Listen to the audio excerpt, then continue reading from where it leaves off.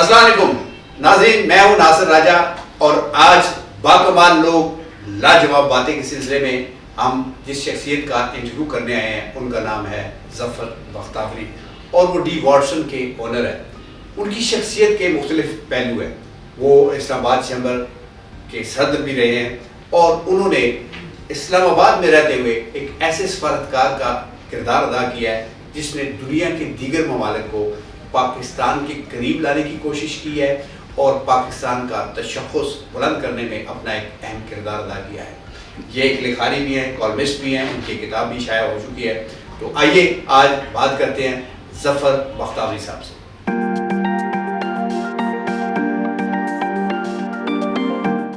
تو جی ناظرین، کچھ دیر پہلے ہم جس شخصیت کا ذکر کر رہے تھے باکمال لوگ اور لاجواب باتیں میں، وہ شخصیت ہمارے پاس موجود ہے۔ السلام علیکم سر۔ جی وعلیکم السلام۔ بختیاری صاحب آپ خیریت سے ہیں؟ بالکل ٹھیک۔ بختیاری صاحب جدھر جائیں لوگ آپ کی صلاحیتوں کا ذکر کرتے ہیں اور ایک ایسے تاجر کا، ایک ایسے بزنس ٹائکون کا ذکر کرتے ہیں کہ جس نے پاکستان کا تشخص بہتر کرنے کے حوالے سے، جس نے پاکستان کی نیک نامی کے حوالے سے اسلام آباد میں ایک سفارتکار کا کردار ادا کیا۔ اس حوالے سے آپ کیا کہیں گے؟ سب سے پہلے تو آپ کا شکریہ کہ آپ نے مجھ سے اس موضوع پر بات کرنے کی کوشش کی۔ دیکھیے، میں نے تو کوئی بہت بڑا کام نہیں کیا، یہ تو ہر پاکستانی کا فرض ہے کہ وہ جہاں بھی ہے، جس جگہ بھی ہے، اپنے ملک کا وقار، اپنے ملک کی شناخت اور اپنے ملک کے امیج کو بہتر کرنے کے لیے کام کرے۔ تو میں نے جو بزنس تھی میری، جب میں اسلام آباد میں آیا تو ایک شاپ پہ سیلز مین کے طریقے پہ کھڑا ہوتا تھا۔ تو اس وقت جو بھی یہ 80s کی بات کر رہا ہوں، تو وہاں پر سفارتکار آتے تھے، ڈپلومیٹ آتے تھے، بڑے بڑے سیاستدان آتے تھے۔ تو میں کوشش کرتا تھا کہ خصوصی طور پر جو ڈپلومیٹ ہیں، ایمبیسڈرز ہیں، ان کو پاکستان کے بارے میں ایک اچھا تصور دوں اور پاکستان کے بارے میں ایک اچھا تصور کہ بھئی یہ لوگ دیانتدار ہیں، یہ آنیسٹ ہیں، یہ محنتی ہیں، یہ ڈیڈیکیٹڈ ہیں، ملک سے محبت کرتے ہیں، اور اباوال یہ ہے کہ یہ کوئی مذہبی انتہا پسند نہیں ہے، یہ لبرل سوچ کے لوگ ہیں۔ تو اس کے لیے میں نے کوشش کی ہے اور یہ کوششیں اب تک جاری ہیں۔ اچھا بختیاری صاحب، ڈی واٹسن کی جو ایک تاریخ ہے وہ سارے جانتے ہیں، کچھ نہیں بھی جانتے، لیکن پھر بھی ہم تھوڑا سا بتا دیتے ہیں کہ کیسے ڈاکٹر جس نے آپ کی نظر کا علاج کیا، آپ نے اس کی محبت میں اور اس کی پذیرائی کے لیے آپ نے اپنے بزنس کا نام ڈی واٹسن رکھا۔ تو جب یہ ڈی واٹسن اب پاکستان میں ماشاءاللہ بہت مشہور ہے اور اس کی بہت ساری برانچز ہیں، 30 سے زیادہ برانچز ہیں، تو کبھی ایسا نہیں ہوا کہ کبھی کسی نے کہا کہ یار یہ نام ٹھیک نہیں ہے، نام آپ کا اور ہونا چاہیے تھا، یہ بہت انگلش سٹائل کا ہو گیا، یا آپ کو کوئی پچھتاوا ہو؟ نہیں، مجھے تو کوئی پچھتاوا نہیں ہے، لیکن مجھے ایک، آپ نے جب نام کی بات کی تو ایک جگہ مجھے پیشی میری ہو گئی۔ تو جب اس پیشی میں جو صاحب لوگ تھے انہوں نے مجھ سے پوچھا کہ یار یہ تم نے غیر اسلامی اور غیر پاکستانی نام کیوں رکھا ہوا ہے؟ تو شاید ان کو نہیں پتہ تھا کہ اس کا بیک گراؤنڈ کیا ہے۔ تو میں نے ان کو بتایا جی کہ یہ ڈاکٹر واٹسن جو ہے یہ دنیا کا سب سے بڑا امراض چشم کا ماہر آپتھمالوجسٹ ہے اور اس نے میرا علاج کیا تھا لندن میں۔ تو جب میں واپس آیا تو جب کاروبار کرنے کا سوچا تو میں نے کہا کہ اپنے بزنس کا نام اسی بندے کے نام پہ ہی رکھیں۔ تو یہ اس کا بیک گراؤنڈ ہے۔ تو ان کو یہ ان کی حیات میں آپ نے نام رکھ لیا تھا؟ ہاں، اس کو زندہ تھے۔ اچھا، تو ان کا بھی رسپانس اچھا ہی ہوگا کہ آپ؟ ظاہر ہے جی۔ اچھا سر، میں نے یہ دیکھا بھی ہے اور سنا بھی ہے کہ آپ کا جو بزنس ماشاءاللہ پھیلتا گیا تو آپ نے اپنے گھر میں یہ جتنے بھی سفارتکار ہیں، غیر ملکی سفارتکار ہیں، ان کو ہر ویکنڈ پہ بلاتے، ان کی خاطر مدارت کرتے اور باتوں باتوں میں اپنا ایک مسئلہ بھی بتا دیتے اور باتوں باتوں میں ان کو یہ بھی باور کرا دیتے کہ آپ اگر ہمارے ساتھ یہ تعاون کریں گے تو اس کا آپ کو یہ فائدہ ہوگا اور پاکستان کو یہ فائدہ ہوگا۔ تو اس میں ان کا کیا رسپانس ہوتا تھا کہ ظفر بختیاری صاحب تو ایک بزنس مین ہے، یہ کیوں ایسا کام کر رہے ہیں؟ لوگ شک کی نظر سے بھی دیکھتے ہیں، اپنے بھی پرائے بھی۔ تو اس حوالے سے تھوڑی سی ہمارے ناظرین کو بتائیں کہ کیسا وہ آپ کا تجربہ رہا؟ دیکھیے، یہ ہوتا ہے کہ دیکھیں، جب میں کوئی فنکشن کرتا تھا یا لوگوں کو بلاتا تھا تو کچھ لوگ ایسے ہوتے تھے جن کو، مطلب کہ میں جب لوگ کہتا ہوں تو وہ مطلب کوئی ڈپلومیٹ، کچھ ایسے ایمبیسڈر جو پاکستان کے دشمن ہیں۔ اگر میں نے کبھی چائنا کے ایمبیسڈر کو بلایا تو مجھے پتہ ہے کہ وہ چائنا کے ایمبیسڈر کے بلانے کی وجہ سے، ایک وقت تھا جب ہر چائنیز ایمبیسڈر جب جاتا تھا یہاں سے تو وہ اس کی فیئر ویل جو پارٹی ہے وہ میں کرتا تھا۔ ویسے بھی میرے ان کے ساتھ بہت زیادہ ہمیشہ سے اچھے تعلقات ہوتے تھے. اب تو چائنیز ایمبیسڈر ذرا مصروف ہو گئے ہیں تو اتنا زیادہ ان کے ساتھ میرا تعلق یا ریلیشن اس طرح سے نہیں رہی جیسے پچھلے 40 سالوں میں رہی ہے. لیکن یہ ہے کہ وہ ایک وقت تھا کہ جو ہمارے دشمن ملک ہیں ان کو بڑا پرابلم ہوتی تھی جب چائنیز ایمبیسڈر میرے گھر پہ آتے تھے. اور مطلب کہ ایک ایسا بھی ہوا کہ انڈین جو یہاں پہ جو تھا ایک ایمبیسڈر اس نے اپنی فارن آفس کو اور پھر وہاں سے چائنیز کو بھی یہ ایک کوشش کی کہ اس میں ایک لمبی تفصیل ہے کہ بھائی لیکن وہ کوشش کرتے تھے کہ یار یہ ان کے گھروں میں نہ آئیں تو ہم نے تو اپنا کام جاری رکھا. اچھا سر، آپ کی شخصیت کے مختلف پہلو ہیں. ایک بزنس مین بھی ہیں آپ ایک لکھاری بھی ہیں، کالمسٹ بھی ہیں، اور آپ کی ایک کتاب بھی شائع ہو چکی ہے، اور پھر آپ ایک غیر سرکاری سفارتکار بھی ہیں، اور پھر آپ کلچرل ایکٹیویٹیز ادھر اسلام آباد میں آپ نے اس شہر کو جس کو روکھا شہر کہتے ہیں اس میں ایک کلچرل ایکٹیویٹیز بہت زیادہ کی ہیں. تو اس سارے کے پیچھے اسپرٹ کیا تھی اور زیادہ انجوائے کس کو کرتے تھے آپ؟ دیکھیے سب سے پہلی بات تو یہ ہے کہ میں ایک پاکستانی ہوں اور میں ایک مسلمان ہوں، تو اس سے حوالے سے جب میں دیکھتا ہوں کہ ہماری جو نئی نسل آ رہی ہے وہ چونکہ انگلش میڈیم اسکولوں میں پڑھتی ہے، اردو ان کو آتی نہیں ہے، غالب اور اقبال کی شاعری سے ان کا کوئی تعلق نہیں ہے، تو پاکستان کی ہسٹری جو ہے اس سے بھی اس طرح سے ان کا تعلق نہیں ہے. تو ایک تو یہ ہے کہ میں پچھلے کئی عرصے سے کچھ دن ہے جو مناتا ہوں، علامہ اقبال کا دن ہے، اس حوالے سے لوگوں کو مدعو کرتے ہیں، اور پھر قائد اعظم کا دن مناتے ہیں. اسی طرح سے اور جو ہمارے تاریخی کے مولانا محمد علی جوہر تھے، اس طرح کے جو لوگ ہیں ان کے دن سیلیبریٹ کرتے ہیں تاکہ اس حوالے سے ان کی یادیں جو ہیں ان کو بھی تازہ کریں اور نوجوان نسل کو بھی یہ پتہ چلتا رہے کہ یہ لوگ جو ہے. اسی طرح سے علامہ اقبال جو ہے جب آپ اس کے ساتھ دن مناتے ہیں تو لوگوں کو یہ روز تو ویسے علامہ اقبال تو ایک بالکل ہمارے قومی شاعر بھی ہیں، لیکن نوجوان نسل کے اندر ان کی جو شاعری ہے اس کو آگے بڑھانا بھی تو ہمارا فرض ہے. تو اسی طرح سے مختلف ملکوں کے ساتھ جو محبت کے ثقافتی رشتوں کو مضبوط کرنے کے لیے تقریبات کرتے ہیں، اور یہ سلسلہ جو ہے میرا پچھلے 40 سالوں سے 45 سالوں سے جاری ہے، اور اس میں کمی ابھی تھوڑی سی ہوتی آ رہی ہے کیونکہ عمر کا تقاضا ہے، اس طرح سے میں ایکٹیو نہیں رہا.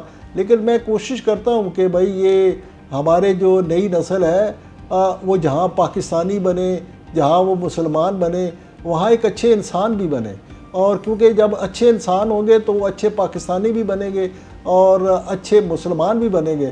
تو جو غالب کی شاعری ہے، میں سمجھتا ہوں کہ اگر نوجوان نسل کو علامہ اقبال کی شاعری کے ساتھ ساتھ غالب کی شاعری بھی پڑھائی جائے، ان کو بتائی جائے، تو اس سے وہ ایک اچھے انسان بھی بنیں گے، اور پھر وہ پاکستان کے لیے جو بھی اچھا ہوگا. آج دیکھیں میں آج بھی ایک بندے سے بات کر رہا تھا کہ آج کل ہمارا المیہ یہ ہے کہ کوئی ایک آدمی مجھ سے بات کر رہا تھا کہ پاکستان میں سرمایہ کاری کو کیسے بڑھایا جائے. تو میں نے کہا یہ سب سے پہلے تو ایک یہ ہے کہ میڈیا پر جتنی بھی کرائم کی خبریں آتی ہیں نا ان پہ بین لگا دیں. میں کہا جب یہ میڈیا ہے، ٹی وی ہے، یہ تمام چینل پوری دنیا میں دیکھے جاتے ہیں، جب وہ دیکھتے ہیں کہ وہاں ڈاکہ پڑ گیا، وہاں ڈاکو نے کسی بندے کو قتل کر دیا، تو میں کہا کون سا بندہ جو ہے اس انوائرمنٹ کے اندر پاکستان آئے گا. تو ٹھیک ہے کرائم تو دنیا میں پہلے دن سے جاری ہے. جب حضرت آدم کے بعد ان کے بیٹوں کے اندر بھی ایک نے دوسرے کو قتل کر دیا. دنیا کے اندر جو نیو یارک ہے وہاں میں سب سے زیادہ کرائم ہے. لیکن ہمارے یہاں پر کرائم کو ہمارا میڈیا بہت زیادہ مطلب کہ اوپر لے کر جاتا ہے، لو پروفائل میں رکھا جائے. ہم دیکھتے تھے کبھی ایک سنگل کالم خبر ہوتی تھی، آج تو ایک خبر کئی کالموں میں چھپتی ہے اور میڈیا بھی اس کو بار بار ریپیٹ کرتا ہے. تو اس کو بھی ہم نے دیکھنا ہوگا کہ اگر ہم نے اس ملک کو ایک محفوظ ملک بنانا ہے تو جہاں اور کچھ کرنا ہے یہ کام بھی کرنے ہوں گے. چلیں یہ آپ کی اچھی سوچ ہے، لیکن آپ کے دو پہلو میں نے ابھی ان کا ذکر نہیں کیا. ایک تو یہ کہ آپ نے سیاست میں بھی تھوڑی سی تواضعائی کی، اور دوسرا آپ اسلام آباد چیمبر کے جو ایک بڑا معروف چیمبر ہے اس کے صدر بھی آپ رہے. لیکن جب آپ کو صدر بنایا گیا تو کہنے والوں کی یہ بات تھی کہ آپ کو کافی تاخیر سے بنایا گیا، آپ سے جونیئر جو تھے یا ینگ تھے ان کو پہلے بنایا گیا. اس کی کوئی خاص وجہ تھی یا آپ نے خود ریلیکٹنٹ تھے؟ دونوں باتیں تھیں. اچھا دیکھیں ایک تو بات یہ ہے کہ جب اسلام آباد چیمبر کا پہلا الیکشن ہوا تھا تو اس پہلے الیکشن کے اندر میں اس کا ایگزیکٹو ممبر تھا، اور اللہ کے فضل سے جیسے جتنی آج مجھ میں توانائی آج آپ دیکھ رہے ہیں اس وقت بھی جب 80s میں چیمبر بنا تھا تو اس وقت بھی میرے اندر یہ آج کی توانائی سے میری توانائی زیادہ بہتر تھی. تو میں نے گروپ کھڑا کیا. وہ مطلب کہ ایک لمبی داستان ہے. وہ ہم کو کیسے جیتا ہوا الیکشن ہار گئے ہم, لیکن یہ ہے کہ جو بھی جنہوں نے دھاندلی کی جو بھی کیا وہ بھی یعنی فارم 47 اس وقت بھی تھا, تو وہ بھی کام کر دیا گیا. تو اس کے بعد پھر کچھ لوگ جو ہے نا میرے جیسے ایکٹیو بندے کو چیمبر کے اندر دیکھنا پسند نہیں کرتے تھے, اور یہ سلسلہ چلتا رہا. لیکن بہرطور پھر ایک وقت آتا ہے کہ بندے کو لوگوں کو حقیقت تسلیم کرنی پڑتی ہے, اور پھر میں چیمبر کا صدر بنا. اور اس کے بعد آپ دیکھیں کہ میں 2013 میں صدر بنا. پھر اس کے بعد 2 سال پیشتر میرا بیٹا بھی چیمبر کا صدر. میں یہی پوچھنا چاہ رہا تھا کہ کیا آپ نے اس طریقے سے بدلہ لیا ان سے کہ خالی میں نہیں, میرا بیٹا بھی بن سکتا ہے؟ نہیں, بدلہ نہیں دیا. ہوتے کہ جو ایک بہت بڑا ایک اسلام آباد کے اندر ایک ڈوڈگی بجائی جاتی تھی کہ یہ کیا سیاست ہے, باپ کے بعد بیٹا, باپ بیٹا, باپ بیٹا. تو میں ابھی کل پرسوں بھی ایک جگہ بات کر رہا تھا کہ جب ایسر نے الیکشن لڑا تھا ایگزیکٹو کمیٹی کا, اس کے بعد وہ صدر بنا تھا, تو ان کے ساتھ خالد جاوید صاحب کا جو بیٹا عثمان ہے اس نے بھی الیکشن لڑا. اور اس دنوں میں یہ پروپیگنڈا زوروں پہ تھا کہ باپ بیٹا باپ بیٹا. اور اس شہر کے لوگوں نے, بزنس کمیونٹی نے ہائیسٹ ووٹ ایسن کو دیے جو تاریخ میں کبھی اتنے ووٹ نہیں پڑے, اور دوسرا ہائیسٹ ووٹ جو تھے وہ خالد جاوید کے بیٹے عثمان کو پڑے. تو بات یہ ہے کہ یہ جو ڈگڈگی ہے نا باپ بیٹا یہ لوگوں تک اثر نہیں کرتی, اور باپ بھی بنا بیٹا بھی بنا. چلیں تھوڑا سا رخ چینج کرتے ہیں. ہم چاہتے ہیں کہ باکمال لوگ لاجواب باتوں میں لوگوں کو اپنی ذات کے ارد گرد نہ گھمائیں. میں یہ چاہتا ہوں کہ اگر آپ کو سارے اختیارات دے دیے جائیں تو اسلام آباد میں کون سی ایسی 3 تبدیلیاں ہیں جو آپ کرنا چاہیں گے کہ یار یہ ہونا چاہیے؟ کوئی سی 3 تبدیلیاں بتائیں ہمارے ناظرین کو. دیکھیے میں جو دیکھا نا, میں دیکھتا ہوں ایک ہر بندے کی اپنی اپنی نظر ہوتی ہے.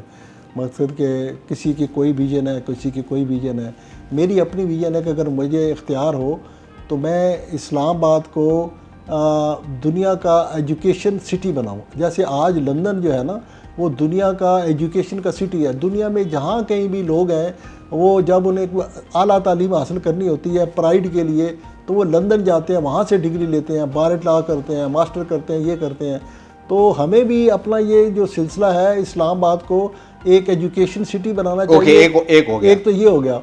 دوسرا یہ ہے کہ ایجوکیشن کے علاوہ جو دوسری بڑی بات ہے وہ کسی بھی جو جگہ ہوتی ہے اس کی جو میڈیکل سٹی ہے. دیکھیں کہ میں جب 1970 میں نے علاج کرانا تھا تو میں لندن گیا تھا. آج بھی پاکستان سے بہت سارے لوگ جو ہیں بلکہ دنیا بھر کے لوگ جو ہیں وہ علاج کے لیے لندن جاتے ہیں. تو میں یہ چاہتا ہوں کہ اسلام آباد کو پوری دنیا نہیں تو کم از کم جو ایشیا, افریقہ, مڈل ایسٹ اور آسیان اس علاقے کا ایک میڈیکل سٹی بنایا جائے. ہمارے ہاں بڑے اچھے ڈاکٹر ہیں, بڑے پڑھے لکھے بھی ہیں. صرف کمی یہ ہے کہ جو پاکستان کا ماحول ہے اس ماحول نے لوگوں کو ٹیریفائی کیا ہوا ہے. میں چاہتا ہوں کہ اس کو ایک میڈیکل سٹی بنایا جائے تاکہ پوری دنیا سے اگر نہیں, یورپ سے نہیں تو جو باقی ایشیا, افریقہ کے لوگ ہیں وہ ہیلتھ کے حوالے سے بھی بات ہوگی. لیکن ایک بات بڑی آپ نے دلچسپ کی ہے کہ ہمارے اس شہر میں بھی ایسے ڈاکٹر ہوں جو پڑھے لکھے ہوں. زیادہ سے زیادہ ڈاکٹر وہی ہوتے ہیں جو صرف گولیاں دیتے ہیں. تو آپ نے کہا کہ پڑھے لکھے ہوں. تو تیسری بات ہمارے ناظرین کو بتائیں. تیسری بات یہ ہے کہ اسلام آباد جو ہے نا یہ ہم سب کا پرائڈ ہے. جو لوگ اس شہر کے اندر رہتے ہیں ان کو یہ احساس نہیں ہے کہ یہ کتنا بڑا خوبصورت شہر ہے, اس کی کیا ویلیو ہے. جو بندے اس شہر میں پہلی دفعہ آتے ہیں تو وہ اس شہر کو دیکھ کر حیران اور پریشان ہو جاتے ہیں. لیکن دھیرے پچھلے 10-15 سالوں سے اسلام آباد کی جو خوبصورتی ہے اس کو جو ہے نا مطلب اس طرح سے مینٹین نہیں کیا جا رہا. تو میں یہ چاہتا ہوں کہ اسلام آباد کی صفائی جو ہے اس پہ فوکس کیا جائے, اسلام آباد کی جو گرینری ہے اس پہ فوکس کیا جائے. اور یہ صرف CDA کا کام نہیں ہے. اب میں چاہتا ہوں کہ پورا اس شہر کے لوگ ہر شہری اس میں انوالو ہو اور اس شہر کو خوبصورت سے خوب تر بنانے کے لیے اس شہر کو پھولوں کا شہر بنائیں, اس کے شہر کو گلاب و یاسمین کا شہر بنائیں. تو اس کے ساتھ ساتھ جو اگلی بات ہے وہ بھی کر دیتا ہوں کہ اچھی سڑکوں سے اور اچھی روشنیوں سے بڑے شہر نہیں بنتے جب تک اس شہر کے اندر علم و دانش نہ ہو, حکمت نہ ہو اور اس کے اندر دانش اور سوچ فکر والے لوگ نہ ہوں. کیونکہ تاریخ میں دیکھیں یونان جو تھا نا تو یونان کس حوالے سے مشہور ہے؟ یونان میں کیا تھا؟ اس میں افلاطون نے اس معاشرے کو اپنی آبیاری کی, سقراط نے کی, ارسطو نے کی. تو ایک تو یہ ان کا انٹلیکچوئل پارٹ تھا اور دوسرا سکندر اعظم. مطلب کہ دونوں چیزیں جب دانش حکمت آج جیسے ہماری فوج ہے, جنرل عاصم منیر صاحب ہیں, اور ان کی جو سوچ اور فکر ہے, ان کی جو طاقت ہے, اس کا لوا صرف پاکستان نے نہیں پوری دنیا نے مان لیا ہے کہ پاکستانی افواج کو سارے مانتے ہیں کہ یہ ایک بہت ڈسپلن فوج ہے اور بہت آرگنائز فوج ہے. تو بختیاری صاحب آپ نے اپنی باتوں میں گلاب و یاسمین کا بھی ذکر کیا. میں تھوڑا سا بعض مرتبہ انٹرویو لینے کے دوران بغیر انڈیکیٹر کے دائیں بائیں مڑ جاتا ہوں, تو اس لیے آپ اس میں پریشان نہ ہوئیے گا کیونکہ باکمال لوگ اور لاجواب باتیں. آپ نے گلاب و یاسمین کی جب ذکر کیا تو میرے ذہن میں یہ فوری طور پہ یہ سوال آیا کہ ہمارے پاکستان میں جب کوئی شخص بزنس مین ترقی کرتا ہے اور بڑی تیزی سے ترقی کرتا ہے, اس کے پیچھے ایک محنت ہوتی ہے اور اس کی شخصیت بھی بڑی باروب ہوتی ہے یا پر اثر ہوتی ہے, تو ایک شادی اور ضرور کھڑکاتا ہے. تو آپ نے بھی کوئی کبھی کوشش کی یا نہیں کی اس حوالے سے؟ نہیں, وہ دراصل بیسیکلی میں ایک شریف آدمی ہوں. نہیں, شریف آدمی کیا شادیاں نہیں کرتے سر؟ نہیں, شریف ہونے کے نام کے بھی شریف ہیں, انہوں نے بھی شادیاں کی. وہ شریف تھے. دوسری بات ہے کہ میں جو ہے نا, میرا ایک کنسیپٹ ہے, میں یہ سمجھتا ہوں کہ پاکستانی معاشرے کے اندر انہی فیملیز نے ترقی کی ہے. میں اسٹڈی کرتا ہوں نا اس پاکستان کے معاشرے میں کون بڑے خاندان ہیں جنہوں نے اپنے اس فیملی یونٹی کی بنیاد پر ترقی کی ہے. دیکھیں اس میں ایس ایم منیر صاحب کا دین گروپ ہے, افتخار علی ملک صاحب کا جو گارڈ گروپ ہے, اسی طرح سے نشاد گروپ ہے جو ہمارے وہ ہیں, اس طرح سے اور بہت سارے گروپ ہیں جتنے بھی. مطلب ان گروپوں کو آپ نے کاپی کیا؟ نہیں, میں ایسے 20 گروپ آپ کو گنوا سکتا ہوں جنہوں نے کئی شادیاں کی اور بہت آگے ہیں. یہ سارے جو گروپ تھے نا, یہ یونٹی بانڈ ان کے ساتھ تھا, اور ان سب لوگوں میں سے کسی بندے نے بھی 2 شادیاں, دوسری شادی. اوکے چلیں, اگر آپ کہتے ہیں تو تھوڑی دیر کے لیے کیمرے بند سمجھیں آپ, تو ویسے کوئی عشق مٹکا تو کیا ہی ہوگا نا آپ نے؟ نہیں, وہ دیکھیں عشق مٹکا ہم نے کیا کرنا تھا, ہم تو یہ تھے نا کالج لائف کے اندر ایک لڑکی پسند آئی تھی, تو اس کو یہ کہنے کے لیے کہ آئی لو یو, تو ہمارے اندر تو اتنی بھی ضرورت نہیں تھی کہ اس کو یہ بھی نہیں کہہ سکے, اور آج تک نہیں کہا. نہیں, اب جب بندے کو ضرورت ملتی ہے اس کو پتہ چلا لڑکی کی طرح اور بیاہ کر رہے ہیں. تو اچھا بختیاری صاحب, آپ کی اپنی شخصیت میں یا آپ کے اپنے کام میں یا اپنے آپ کے برتاؤ میں کوئی ایسی خامیاں جو آپ سمجھتے ہیں کہ یہ نہیں ہونی چاہیے تھی میرے میں, تو ہم چاہتے ہیں کہ وہ بھی خامیاں بھی پتہ چلے. تعریفیں تو ہم نے بہت کر لی, وہ آپ کی زبانی ہم سننا چاہتے ہیں. اب بندے کو اپنی خوبیوں کا زیادہ پتہ ہوتا ہے, خامیاں بہت کم نظر آتی ہیں, لیکن میں کیا کہوں آپ کو کہ میری کیا خامیاں ہیں. آج کیا ہی دیں آج؟ نہیں, مجھے ابھی اگر میری میں کوئی خامی مجھے نظر آ رہی ہوتی نا, تو مطلب کہ یہ ہے کہ میں لوگوں پہ چلے سوال کو اس طرح لوگوں سے بہت زیادہ پیار کرتا ہوں, بہت زیادہ ٹرسٹ کرتا ہوں, اور یہ نہیں سوچتا کہ لیکن آئی لو یو نہیں کہہ سکا, پیار بہت کرتے ہیں آپ. نہیں, میں اپنے دوستوں کی بات کر رہے ہیں کہ اچھا. تو بختیاری صاحب چلے اس سوال کو یوں لیتے ہیں کہ آپ اپنے اندر کون سی ایسی 3 تبدیلیاں کرنا چاہیں گے اپنی شخصیت کے اندر کہ یار یہ چیزیں میں جو ہے نا آئندہ اگر مجھے دوبارہ موقع ملے تو میں یہ چیزیں ان کو میں اولویت دوں گا. تو چلیے بختیاری صاحب اس سوال کو یوں لیتے ہیں کہ اگر آپ چاہیں تو آپ اپنی شخصیت میں کون سی ایسی 3 تبدیلیاں دیکھنا چاہیں گے یا کرنا چاہیں گے یا ان کو اپنائیں گے ایسی باتوں کو جو پہلے گزری ہوئی لائف سے مختلف ہوں؟ دیکھیں, وہ سب سے پہلی بات یہ ہے کہ میں کبھی کبھی سوچتا ہوں کہ اللہ تعالیٰ نے میرے اوپر بڑا کرم کیا, میں نے ایک برانڈ ڈیولپ کیا ڈی واٹسن کا. یہ کوئی آسان کام نہیں ہے پاکستانی سوسائٹی کے اندر, جہاں پہ تمام سرکاری ادارے جو ہیں ان کے اندر ہاسٹیلٹی ہوتی ہے, اور پھر اس کے بعد میں نے اپنی فیملی کا بختیاری کا برانڈ بلڈ اپ کیا. یہ کوئی چھوٹی بات نہیں, بہت بڑی بات ہے. لیکن میں جو میرا معاشرے میں سیاسی طور پر جو میرا ایک لیول پہ میرا مقام ہونا چاہیے تھا وہ اگر نہیں بن سکا, میں تمام بڑے بڑے سیاستدانوں کے بہت قریب رہا ہوں. مطلب کہ ہر سیاستدان جو تھا اس سے میری دوستی تھی, تعلق تھا. میں ان کے ایون وہ آپ کی فریمز میں سجی ہوئی تصویریں دیکھ کے اندازہ تھا, ٹھیک ہے. لیکن مجھے یہ لگتا ہے کہ بڑے سیاستدان کے قریب جانے کے لیے آپ کو انگریزی میں بہت ماسٹر ہونا چاہیے. تو میں تو مطلب کہ ٹٹیرین تھا, ٹاٹ پہ بیٹھ کے میں نے پرائمری کا امتحان پاس کیا تھا, اور انگریزی اگر مجھے بول بھی سکتا ہوں سارا کچھ. انگریزی آپ اچھی بولتے تھے, میں نے سنا. وہ تو ساری باتیں کیونکہ مجھے سمجھ نہیں آتی تھی, لیکن میں مشاہد صاحب والی انگریزی نہیں بول سکتا نا. صحیح. ان کی انگریزی میں ایسا کون سا موڑ ہے یا نہیں, وہ مطلب دیکھیں نا اس نے زیادہ فلوئنسی ہے, امریکن یونیورسٹی میں پڑھا ہوا ہے, تو میں نے تو. لیکن آپ ان کی قربت میں رہے ہیں, ان کے قریب. میں ان کے بہت قریب رہا ہوں, میرے آئیڈیل رہے ہیں, ہم نے بہت اکٹھا بھی سفر کیا ہے باہر کا, اور میں ان سے اچھا چلیں سر آگے چلتے ہیں. یہ بتائیں کہ کون سے ایسے سیاستدان ہیں 1 2 3 جن پہ آپ پابندی لگا دیں گے یار ان کو میں سیاست نہ کرنے دوں اگر مجھے موقع ملے میرے اختیار میں ہو؟ دیکھیے میں کسی کا نام نہیں لیتا، لیکن میں ایک آپ کو بتاتا ہوں کہ میں یہ چاہتا ہوں کہ پاکستان کے اندر ایک تو فرقے کی بنیاد پر سیاست نہیں ہونی چاہیے، دوسری پاکستان میں لسانی بنیاد پر سیاست نہیں ہونی چاہیے، اور تیسری یہ ہے کہ صوبائیت کے نام پر سیاست نہیں ہونی چاہیے، کیونکہ یہ وہ چیزیں ہیں جو دھیرے دھیرے پاکستان کو کمزور کر رہی ہیں. دیکھیے تو میں یہ چاہتا ہوں کہ اگر لوگ آج دیکھیں نا، آج کی جو سیاست کیا ہے کہ سندھ کے اندر پیپل پارٹی ہے، پنجاب کے اندر مسلم لیگ نون ہے، اور کے پی کے اندر جو ہے وہ پی ٹی آئی ہے، اور چلیں ٹھیک ہو گیا.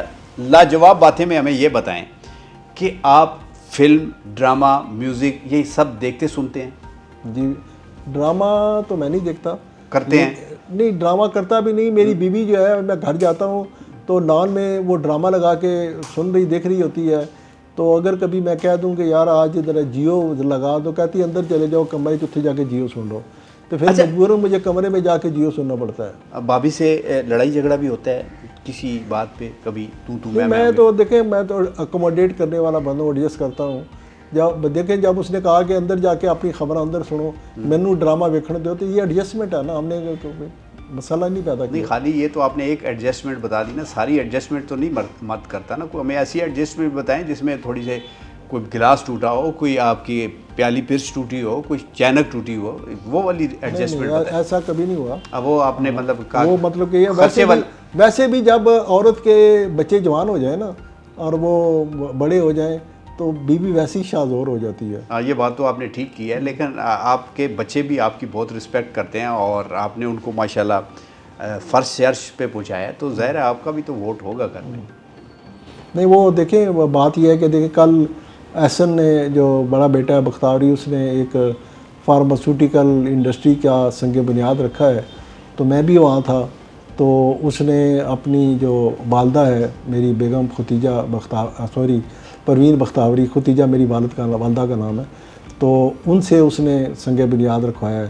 تو مجھے خوشی، اس نے کہا دوسری اینٹ ابو آپ رکھیں، تو میں نے کہا نہیں یار اپنی بیوی سیرج سے یہ اینٹ رکھوائیں. تو مقصد یہ ہے کہ میں تو اس پہ بلیو کرتا ہوں کہ عورتوں کو آگے لایا جائے، ٹھیک ہے، ان کی حوصلہ افزائی کی جائے. آپ نے یہ واقعی چاہیے آپ اینٹوں سے ڈر گئے؟ نہیں اینٹوں سے نہیں ڈرا. اچھا، مطلب کہ جو بات تھی کہ میں نے کہا کہ یار خواتین کو آگے کیا جائے. چلیں اچھی بات ہے. اور تھوڑا سا میں نے ایک سوال تھوڑی دیر پہلے کیا تھا کہ آپ نے کہا میں فلمیں بھی دیکھتا ہوں میوزک بھی سنتا ہوں، تو کوئی ایسے ہمیں اداکار بتا دیں جو آپ کو بہت پسند ہو. دیکھیں فلمیں جو ہے نا، ایک زمانہ تھا، زمانہ طالب علمی میں اب سارے لوگ فلمیں دیکھتے تھے. اب تو فلمیں دیکھنے کا کنسیپٹ ہی نہیں رہا، سنیمے نہیں رہے. لیکن یہ ہے کہ ایک وقت تھا میں بہت زیادہ فلمیں دیکھتا تھا، اور اس وقت مطلب کہ پھر گانے بھی سنتے ہیں، اور گانے تو اب بھی سنتا ہوں. جب بھی مجھے فیس بک پہ یہاں بھی اچھا گانا ملے اس کو سنتا ہوں، اور میں جب سن رہا ہوتا ہوں تو میری بیگم دیکھ رہی ہوتی ہے کہ یہ رومانٹک گانے سن رہا ہے. مجھے کبھی آپ نے گاتے سنا ہے؟ میں نے نہیں، آپ چونکہ اچھا میوزک سنتے ہیں اس لیے آپ نے نہیں سنا ہوگا. تو کیا نام لیں تاکہ مجھے پتہ چلے کہ کس کس کو سنتے ہیں. مطلب کہ مجھے جو بھی اچھا، مطلب آج کل کے دور کے جو گانے شانے ہیں نہیں تو مجھے اچھے نہیں لگتے. جو پرانے گانے ہیں جیسے ہمارے جگجیت سنگھ ہے اس کے گانے ماشاءاللہ، رفیع کے گانے، مکیش کے گانے، طلعت محمود کے گانے، تو یہ ہماری جب جوانی تھی اس عہد کے یہ بڑے گلوکار تھے. تو ان کے گانے جب بھی ہوتے ہیں تو اس کے اندر رومانیت ہوتی ہے، محبت ہوتی ہے، ٹوٹے ہوئے دلوں کی کہانی ہوتی ہے، تو ہر کسی کو اچھی لگتی ہے. دیکھیں نا دلیپ کمار مجھے سب سے پسندیدہ. آپ کا تو اچھا بھلا دل ٹوٹا تھا، آئی لو یو نہیں کہہ سکے. دلیپ کمار جو ہے وہ میرا آئیڈیل ہیرو ہے. تو دیکھیں دلیپ کمار آج اتنا بڑا ہیرو بنا ہے، اس کے پیچھے ایک ہے کہ وہ ہر فلم جو ہوتی تھی، جب اس کی آپ جتنی بھی فلمیں لے لیں، وہ ہر فلم کے اندر ناکام ہوتا تھا، اور اس کی جو محبت ہوتی تھی اس کو کوئی اور لے جاتا تھا. آپ سے ملتی جلتی اس کی بھی کہانی تھی. اچھا بختیاری صاحب، پھر بھی بندہ جب ینگ ایج میں ہوتا ہے نا تھوڑا اپنے آپ کو آئیڈلائز کرتا ہے، یا کہتا ہے کہ یار میں جو ہے نا بالکل آج وحید مراد لگ رہا ہوں، یا کہتا ہے ندیم لگ رہا ہوں، یا اگر کم از کم محمد علی تو لگ ہی رہا ہوں. تو آپ کبھی اپنی شخصیت میں کچھ طرح کی تلاشی لی ہے آپ نے کبھی کہ یار میں بھی آج ایسے ہی لگ رہا ہوں، یا خالی آئی لو یو نہ کہنے کے صدمے کی وجہ سے آپ اس طرح کی اندر ہیرو کو تلاش نہیں کر سکے؟ نہیں وہ دیکھیں میں جب جوانی میں تھا تو اکثر لوگ جو ہے نا مطلب میرا کوئی شکل کوئی بھی وحید مراد والی نہیں تھی، لیکن میرا بالوں کا سٹائل ایسا ہوتا تھا کہ لوگ کہتے تھے وحید مراد جا رہے ہیں جی، اور خاص طور پر محلے کی جو لڑکیاں تھیں وہ کہتی ہیں وہ وحید مراد آ گیا جی۔ اچھا مطلب یہ سلسلہ چلا ہے، مطلب ہمارا سوال جو ہے بڑا ویلڈ تھا۔ تو آپ محسوس کرتے تھے کہ واقعی یار جب بندہ کوئی ویسے ہی کسی کو کہے نا تو ایک دفعہ بندہ سوچتا ہے کہ یار واقعی لڑکیوں کی جو نظر ہے نا وہ بڑی دور تک جانے والی ہے، انہوں نے صحیح پہچانا ہے، میں واقعی وحید مراد ہوں، تو اس طرح سوچتے تھے یا آپ کہتے تھے کہ ہمیں بکواس کر رہی ہیں؟ نہیں بکواس کیا کرنی تھی، مطلب کہ بندہ اندر سے خوش بھی ہوتا تھا۔ مطلب کہ میں آپ کو ایک انٹرسٹنگ واقعہ بتاتا ہوں کہ میں de Montmorency college of dentistry میں جب پہلے دن میرا داخلہ ہوا، یہ 79 کی بات ہے، تو پہلے دن جب میں گیا ہوں تو مجھے نہیں یاد تھا میں نے کیا کپڑے پہنے ہوئے تھے۔ میرا ایک دوست جو وہاں سے ڈاکٹر بنا، ابھی وہ 3-4 سال پہلے مجھے ملا، تو اس نے کہا یار بختیاری صاحب تسی جس دن پہلے دن کالج آئے سو نا تے تسی ایک میرون کلر دا ڈبل پریس کوٹ پایا سی، پتل دے بٹن لگے سن، تواڈے وال تھوڑے وڈے وڈے سن، بڑا ہیرو سٹائل تسی لگ رہے سو، تے اسی کیا یار کہ ساڈا تو اتنے کوئی سکوپ ہی نہیں ہے۔ مطلب کہ ہماری کلاس میں کافی لڑکیاں تھیں، بڑی گہری نظر سے پہلے دن سے مجھے کہا کہ اس بندے کو آج تک میرا لباس یاد ہے کہ یار بختیاری صاحب آج سے جب پہلے دن کالج میں آئے تھے تو انہوں نے کیا کپڑے پہنے ہوئے تھے، میں بھول گیا، سب کچھ بھول گیا، جب اس نے یاد دلایا تو مجھے یاد آیا۔ اچھا اس وقت ایک چیز بڑی کامن ہوتی تھی کہ آپ چاہے میرون رنگ کا آپ کے پاس کوٹ ہو یا نہ ہو، بال آپ نے بڑے رکھے ہوتے تھے، اور اگر گھر والے کہتے تھے کہ جا پتر بال کٹا تو والدین سب سے زیادہ برے لگتے تھے، ایسا آپ کے ساتھ بھی تھا؟ نہیں مجھے والدین نے کبھی اس میں اپنی مرضی سے بال رکھے، کٹا دیے، بڑے کیے۔ ایک وقت تھا کہ بال بڑے تھے تو کسی نے والدین میں سے نہیں کہا، کہ کہتے تھے چلو جو اس کی مرضی ہے کرے۔ اچھا چلے ہم بہت سارے سوالات آپ سے کرنا چاہتے ہیں، لیکن ہم چاہتے ہیں کہ تھوڑی سی تشنگی رہ جائے، جو ہمارے دیکھنے سننے والے ہیں وہ کہیں کہ یار یہ سوال بھی پوچھنا چاہیے تھا، یار یہ جواب بھی لینا چاہیے تھا، تو ہم چاہتے ہیں کہ وہ کسی اور وقت پہ ہم چھوڑ دیتے ہیں۔ لیکن ایک چیز ہم ابھی آپ سے ضرور سنیں گے، اور وہ ایک اچھا سا گانا سنیں گے، کیونکہ آپ میوزک سنتے بھی ہیں اور میں نے کسی جگہ آپ کو گاتے بھی سنا ہے، تو اس لیے آپ ہمیں تھوڑا سا گنگنا کے سنائیں تاکہ ہمیں پروگرام ختم کرنے میں آسانی ہو۔ دیکھیے وہ فیض احمد فیض کے کچھ مصرے ہیں، اور وہ جو شاعری ہے اس کی وہ بڑی بامقصد شاعری ہے، کیونکہ فیض ایک ایسا شاعر ہے جس نے رومانیت کو اور مقصدیت دونوں کو اکٹھا کیا ہے، کیونکہ ہمیشہ سے شاعری کے مختلف دھڑے رہے ہیں، تو اس نے بڑی خوبصورتی کے ساتھ محبت کو اور جو ہے جو آج کے عہد کے جو مسائل تھے ان کے اس کو باندھا ہے، تو اس پہ اس کو بڑا اچھی طریقے سے نور جہاں نے بھی گایا ہے۔ جی جی، تو اسی جس پہ انہوں نے کہا تھا کہ یہ غزل آج سے نور جہاں کی ہوگی۔ نور جہاں کی ہے جی، تو پتہ نہیں 2-4 جملے بول دیتا ہوں۔ بولنا نہیں ہے سر، گنگنانا ہے، 2-4 گنگنا جملے۔ دیتے ہیں۔